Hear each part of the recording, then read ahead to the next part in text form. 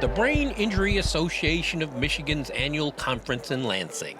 Here you'll find companies that provide caregivers. I think our roster now is about 100.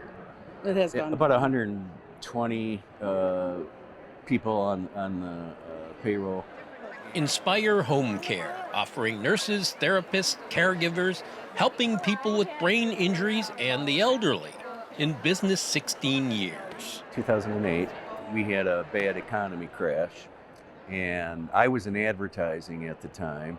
Lorene was in home care, but I was laid off. Lorene was out of a job, and nobody was hiring, really. Lorene and John Beatty went all in with their home care business, the growth industry. With Michigan's aging population, they joined the care economy, now in the trillions of dollars nationwide. With so many elderly and the disabled, many from auto accidents, it brings caregivers and providers here, networking and improving their skills. Having resources here and having exhibitors here so people can pick up bits and pieces of information that will help them provide better care is really what this is about.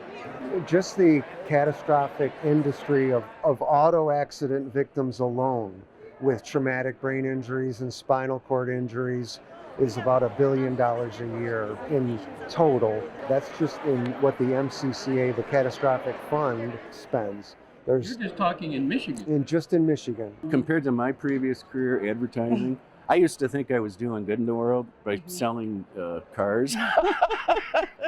And this is, it's a different level of reward. You feel like you're at least making a difference in somebody's life, you know? Bob Melnarek got his start in the industry, too, after the 2008 downturn. In Macomb County, he and fellow Harrison Township firefighters Mike Barnard and Jason Groth ran a side business remodeling basements. When that went bust, Jason discovered home care. It seemed like an up-and-coming industry. And a few nights later, after Jason came up with this idea, Mike and I were on the ambulance working for the fire department, and we got a call at like 3 a.m. for a elderly female that was disoriented, didn't know where she was, confused. So the daughter came and said, I don't know what to do. I can't take care of her. You know, we can't afford to put her into a nursing home. I want her to stay at home. I need somebody to come in and help take care of her. And me and Mike looked at each other and we said, well, this is our business. From there, we never looked back.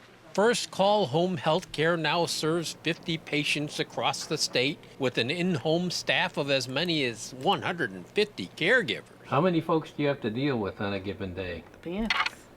Sometimes 20, sometimes 30. It just depends on how the day is going. All right, are we ready? All right. Every week we get together at the beginning of the week and we go over each case with our nurses, with our care coordinators and our schedulers. And we say, okay, what's happening with this case? And this is a straight nursing case. Insulin management. We have different levels of caregivers. And then some cases are actual nurse cases where we need to have a nurse in the home for those 12-hour shifts that we do.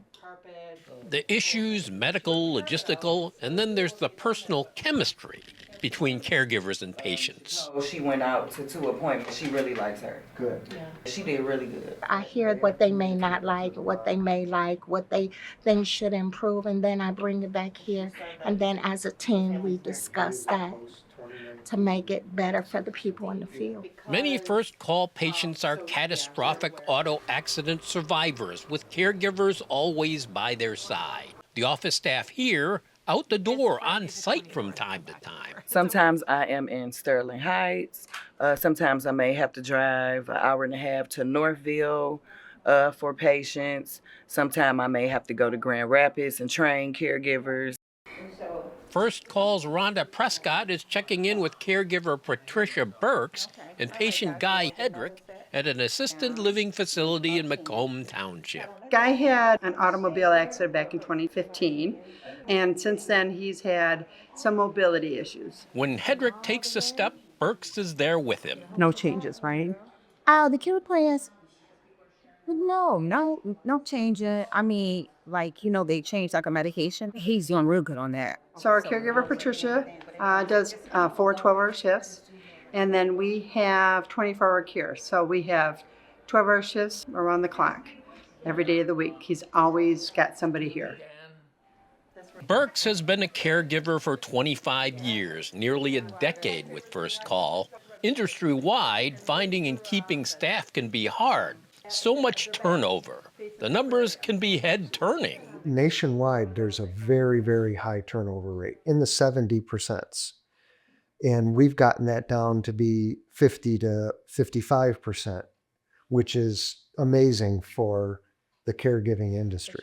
I would like to set up an interview with you. If you could give me a call back. Recruiting more caregivers seems never-ending in the home care business. Well, the big issue is compensation, though, Right. isn't it? Mhm. And where is the world on all of that? It has drastically increased since 2020, since COVID, by almost $10 an hour for nursing staff. We've also greatly increased our benefits package in the last 5 years. Home care as an industry did not typically offer a lot of benefits for staff. That has changed.